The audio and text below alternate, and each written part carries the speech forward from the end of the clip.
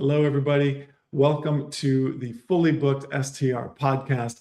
Today, we're going to talk about marketing attribution for short-term rentals, probably our wonkiest topic to date, but that is where we kind of started Yada way back in the day when we first met in Boston at various marketing automation companies. So we're going deep. It's going to be a deep cut today. How you doing, Peter? I'm doing really good, man. And this is going to be a really fun topic because there's a lot to unpack here. And this is actually one of those things there's a lot of really good data about. So we're going to talk a lot about how marketing attribution works, like what the philosophy is behind it, and then why the data backs up those rules and flows that we use to determine whether something was attributed or not. So this is really, really interesting stuff.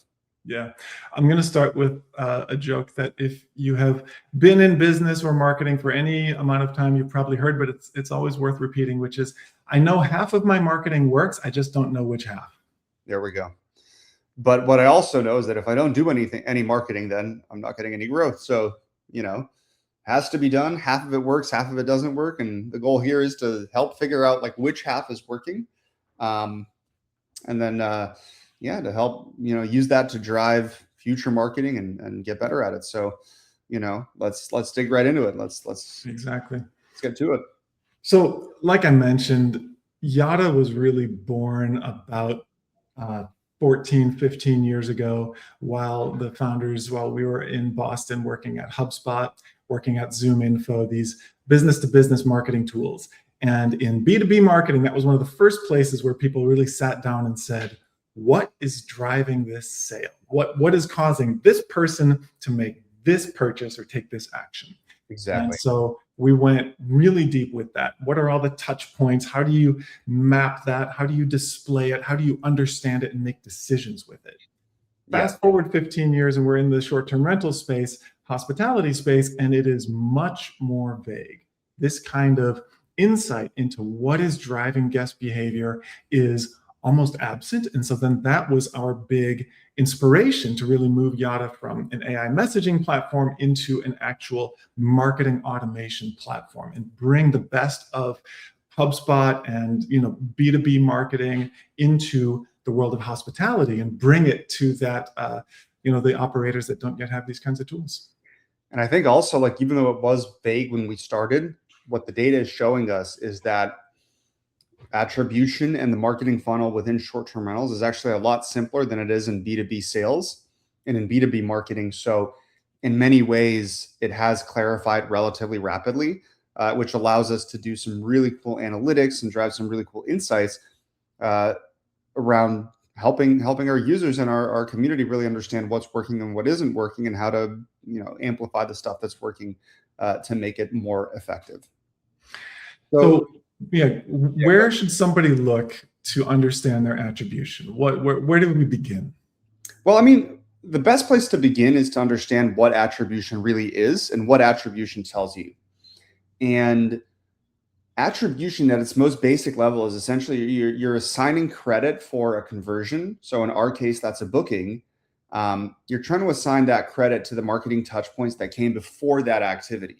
So that's the what you're doing, and the why you're doing it is to answer that question of what actually drove this booking and what actually drove this revenue so that you can decide where to spend your next marketing dollar, what to invest in next, or what activities have the most value to you and your brand.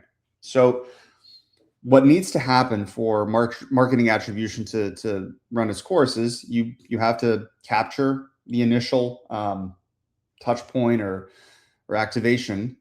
So in this case, that's the initial booking, something that comes through Airbnb or VRBO or direct book or direct for the first time.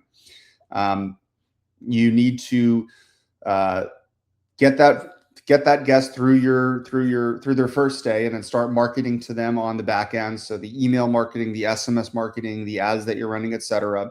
While you're doing all of this, you're appending the UTM params, like all of the cookies and pixels and session IDs and things like that to understand their behavior after they've stayed with you the first time. And then once their subsequent booking happens, you're taking all of this data that you've generated from when they first arrived to after they left, through all of the messages and the emails and the SMSs that they've got, to figure out like which one of those touch points and which one of those activities that you've done after they leave the first time are primarily responsible for getting them to come back. And to be clear, you said you apply the UTM params and such. For the most part, it's the tools Yes. applying those params. So you use, the important thing is to use tools that are going to actually pick up those digital breadcrumbs that your guests are leaving behind to assemble a story that you can then understand and make decisions with. Right. And what makes it relatively straightforward in the short-term rental space is that outside of the marketing activities that a platform like Yada does, there's almost no touch points that happen like outside of the context of those automations and those campaigns and those messages that are going out. So if you're a like us at Yada, for instance, you know, we send out cold, like let's talk about us as a B2B company and why that's a little bit different from STRs and why it's actually a lot simpler and cleaner in STRs.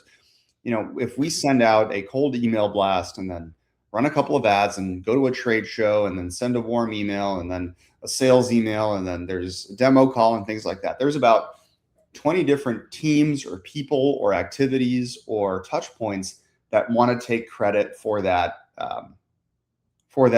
close, for that sale. Within STRs, because outbound marketing and because email and SMS marketing have not really been done by anybody up until this point, aside from us, the math becomes a lot more straightforward because you're not competing with dozens of existing channels to figure out where that repeat booking is coming from. It's generally like, if it happens, it's probably because one of the marketing activities that was done. So it really makes it like relatively straightforward. So, you know, in other worlds, you need to think about like first touch, you know, where 100% of the credit might go to the first interaction, or last touch where 100% of the credit might go to the final interaction, or like U-based where like, you know, 40% goes to the first touch, 40% goes to the last touch, and then a bunch of crap lives in the middle. For us, like we can simplify it quite a bit by essentially saying that if somebody books a property or somebody books a room based on a Yada automation or a Yada marketing email, if they clicked an email and they used that link with that UTM parameter and booked within a month or a month and a half with that persistent parameter and that same like booking link and the UTM param and the session ID and things like that, that's probably an attributed booking because they clicked on the email and they clicked on the link, they used that link to book, etc. For loyalty, if they redeemed points and if they booked using those points as part of their discount or their booking, then that's always going to be an attributed booking because they're using part of your loyalty rewards program powered by Yada to create that booking. And then if it's like, you know, 6 months down the road on a completely different property and the last touch they got from Yada was 6 months ago or 8 months ago, then that's probably not a repeat booking. So the way that we look at it is if you're not doing any marketing prior to spinning up Yada and you start doing a lot of really cool outbound marketing and you're starting to see these direct bookings come in where they didn't come in before, those are probably going to be attributed to the marketing activity that you're doing. If they're creating those direct bookings through your loyalty program and using those points to get the discounts or the coupons or the extra nights or whatever, those are 100% attributed to the loyalty and the marketing that you're driving. And if it just randomly happens like half a year after they got their marketing message, then that's not something that we would want to attribute to a marketing activity that we're taking on your behalf. But let's be clear, if you're sending one marketing message every 6 months, you're leaving a lot of money on the table. You are. Yeah. When it comes to hospitality marketing, you want to be top of mind when a guest's repeat booking window opens. That moment that they have the conversation with their family or their friends, hey, we should go to wherever. You want to be the place that they go to first. They search up that text that they got from you. They search up that email that they got from you. They click on that link, or they just look and remember, oh yeah, this is their direct booking link. Let me go there. Yeah. This is where things do start to become a little fuzzier. Marketing attribution can get a bit fuzzy, but as long as your messages are arriving in their world on a somewhat regular basis, what you should be able to see is, here's Steve. He received an email from us sometime in the last month. He came and he booked his next stay. It's likely that even if the only thing he saw was our name appearing in his inbox, that had some kind of an influence on his recall, like brand recall, brand affinity. These are all the things that, brand marketers study, is like, are we impacting people's consciousness such that they think about us when the purchase time returns? And so those are a little tougher to measure because there's no UTM parameter on did someone look at our email.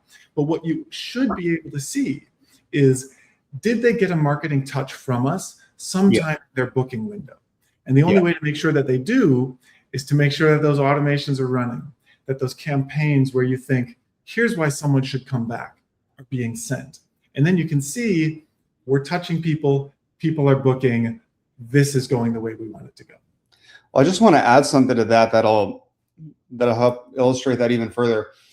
For a lot of our customers, like whether they just haven't gotten around to marketing to that list, or they haven't had a chance to activate that list yet, within the same portfolio, like a lot of our companies have holdout lists. So these are just folks that they have not marketed to yet. Somebody on a holdout list is far less likely to repeat book than somebody that is on a marketing list. Over the course of a year, if you look at the repeat booking rate on a marketing list versus a holdout list, like the difference can sometimes be like 200 to 300%. So, if someone were to say, we don't know what the marketing is doing, like we don't know if it's working, like we don't know if it's effective or not, that's something that, like, you could reasonably say that if you are just either marketing to your entire list or like not marketing to anybody on your list.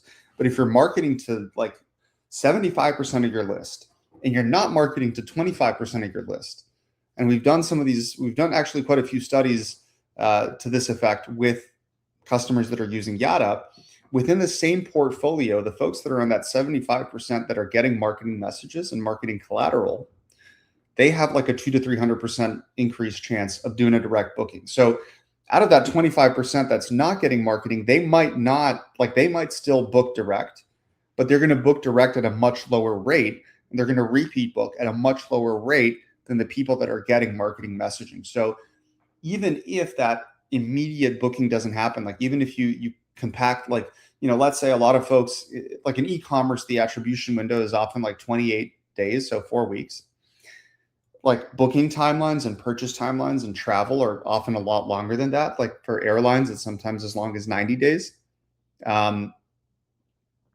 So even if somebody, let's say worst case scenario, somebody doesn't fall within that 90-day window, they're like, the fact that they're still getting messages is going to make them like 2 to 3 times more likely to book again than somebody that isn't getting messages. So, the point, what I'm trying to say here is that, we don't take credit for those because they fall well outside of the window that we want to take credit for things. And we want to like directly attribute things to, I should say, even if they're not like directly attributed because they fall out of that window, their chance of having a repeat transaction is far higher. So, when you think about it, it's not just like, can I attribute something immediately within like 2 or 3 weeks to see if I'm being successful with my marketing activities? A lot of it comes down to just letting marketing do its work for 6 months or 12 months or 18 months. And then, yeah, fine, take a cohort. Like if you have 20,000 guests, like put 3,000 of them in in some sort of like holdout list. The control group, your A/B test. Yes. So we'll sometimes, work with folks who we start doing marketing for, and then 2 weeks later, they're like, we haven't seen any direct bookings. And fair, that happens sometimes, Often we do start seeing results within the first like week or so, especially if it's a larger list. But marketing always works on the long term. So it's kind of like investing in the S&P 500. Like nobody's lost money investing in the S&P 500 over 5 or 10 years. Like it just, it compounds, it works. It's just physics at that point. It's like the inevitability of physics and like going downhill, gravity will pull you downhill. So it's the same thing over here. Like marketing will work over a long enough time span. We do really, really effective attribution to help us understand like what to send, where to send it, and to whom to send it better. But if you really want to see it working for yourself, like try just do outbound or direct marketing for 6 months or 9 months. Run a control group and see what happens between that control group and the folks that you're actually sending messages to. Worst case, it's like a 100% increase in direct bookings on the marketed group versus the control group. Yeah.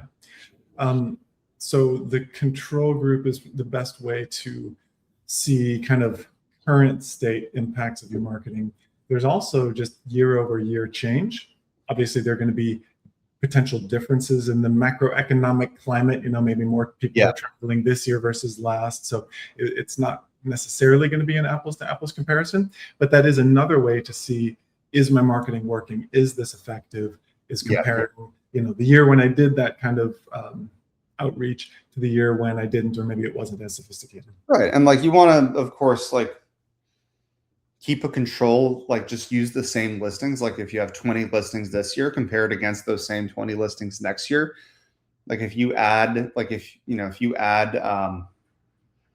don't know, 10 listings that haven't had anybody book yet, like that doesn't give you good data because you're just comparing like a new sample set against an old sample set. But if you have the same like sample and you have the same like just constants throughout, like those are the 20 listings that you might have had last year that you still have this year, whereas like last 12 months you did a lot of really good marketing. The 12 months before that you didn't do any. Those are really good ways to see, like, like you said, macro trends could impact them in some way. Like I think anybody who looked at their numbers at the beginning of 2019, like 2019 to 2020, would have seen some pretty disastrous things happen to their booking rates. But absent these like very, very intense, broad, like wide scale events, whether they're good or bad, you get a pretty good sense of what's going on. And I think if you just want to drill into it, it's like per customer, like what's their probability of booking again? Is that probability like 10%, 5%, 7%? And if it was 5% or 4%, 2 years ago, and now it's like 13 or 14%, and the only thing that changed is your marketing activities, that's a pretty good indicator that it's working, and that it's making a difference. Yeah, and so I guess the next question is, at what point do you say, you've kind of covered the waterfront? Like, let's say you're doing Facebook retargeting, you're sending people to your direct booking site with Google ads and Meta ads. You're basically you're throwing everything at it. You're doing lead generation. You've got your social content really rocking. You're doing all the yada inquiry, win back, and follow up with past guests. Totally.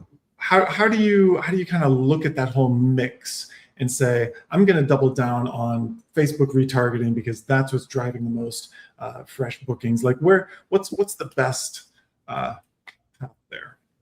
Yeah, so I think if you really want to be good, you need to do everything, and you don't really see like good companies that just hyper focus on one type of growth. Like they're just pretty good at all types of growth. But the fact is they all serve different purposes. So something like ads are really good at getting brand awareness. So you typically buy for the first time because of an ad, but you usually buy the second, third, and fourth time because of an engagement from that brand. So ads are not a really good way to get to get me to come back. They're a really good way to get me to think about buying something for the first time. So if you're an operator and you have a pretty, like a really good portfolio, then your ad strategy is designed to get somebody to look at your landing page for the first time and look at your site for the first time. And your marketing strategy and your email and your SMS and your WhatsApp and your outbound marketing is there to drive the repeat booking. So if you look at pretty much every vertical, like a repeat purchase is worth far more than the original purchase, because if you're spending $10,000 a month on ads and you're getting like X amount, like your initial investment, like this is the same with Airbnb. Like what a lot of people don't realize is that like your initial investment to be visible on that first page of Airbnb, or to have your ad land in the right person's inbox, like your ad might land in like 1 million people's feeds, but only like 4 out of like 1 million will actually book, which means that your like cost per like, you might have spent like $600 in ads to get a $1,000 booking. So, your delta is like, that's not like a $1,000 booking that you've pocketed. That's a $400 delta that you've pocketed because of the ad spend. Same with like Airbnb, by the time you get it photographed, by the time like you pay your commission out to Airbnb, that's not a $1,000 booking. That's like a $600 or $500 booking. When somebody's already in your ecosystem and you already have like a relationship with them, like the cost to get them back is like infinitesimally small, like marginally. So if you're paying like $500 a month for a marketing tool, but you're getting like $20,000 of bookings out of it every single month, like each one of those, like, yeah, like the booking that came in from Facebook might look equally as valuable as the booking that came from an email marketing campaign or an SMS marketing campaign, because they're both worth $1,000. You really need to think about like, what was the cost of that booking? On Facebook, that cost might have been $600. On Airbnb, that cost might be $400 or $500. On email or SMS, if you aggregate it out like across everyone that's getting that, it might be like $1 or $2. Yeah, get that repeat booking. So well, and do everything. Yeah, you have to do everything. And also, I think you're going to grow the smartest if you kind of prioritize, celebrate, focus on those repeat and direct bookings for exactly the reason you mentioned, Peter. Like if your focus is on being the best at the top of the funnel, first of all, you're duking it out against all the big hospitality brands. You're duking it out against Airbnb. Like these are almost limitless pockets that you are fighting against to be top of mind for strangers. Yeah. If you are focusing your effort on bringing people back, then you are doing something that is unique to you, and that money comes back to you almost free of that delta, right? It's going to be with the money that you spend on the marketing tools, but it's not going to be those ad dollars, which is a huge difference. Well, that's the biggest thing. So if you're thinking about what am I going to do next, like what part of the marketing funnel should I focus on? They all serve different purposes. So the ads, like if you have an option to retarget somebody to come back with ads or with email or SMS marketing, it's always going to be cheaper to get them to use, like to get them back with email and SMS. And this holds true in like every industry, not just short-term rentals, not just hotels, not just hospitality. Yep. You got to own your audience and then work that resource as what it is. And I had an amazing conversation with an operator just this last week that shed light on the kind of mindset that makes this possible. And this is a 300 listing operator based in Florida. And they said in 2003, they realized that if they don't own if they don't own the relationship, they don't really own their business, right? If they're letting the OTA send everybody to them, they can't actually grow. They have no control over their destiny. And so in 2003, before hardly any of these things were even a thing, they said, we are going to grow our direct bookings. We're going to invest in that guest relationship. We're going to know who everybody is. We're going to invite them back directly. And so now, 23 years later, they have 400 properties. They have 80% of their bookings are direct. And that did not happen overnight. That happened over 23 years of focus, for the purpose of owning their destiny. And so that's But the you can kind of accelerate. mindset that's going to make it happen. It's a great mindset, but I don't think folks should. I think the takeaway shouldn't be that it takes 23 years, because I know some people are going to have that takeaway. The takeaway is that it works, and if you're really like aggressive about it, and you really commit to owning your audience and building your relationships with your customers, then you do get to that 80% like repeat direct rate, which is like in every marginal way and by every metric, just such a better way to grow than relying on a marketplace or ads to get somebody for the first time. So that's like another big takeaway that I want people to think about is, how much does it cost to get somebody through an ad or through an Airbnb booking versus how much does it cost to get somebody to come back? And, you know, agree with the attribution or not, like, you know, everyone's going to have their own viewpoint of how things are attributed and why certain things are attributed. Obviously, we feel pretty strongly the way that we do.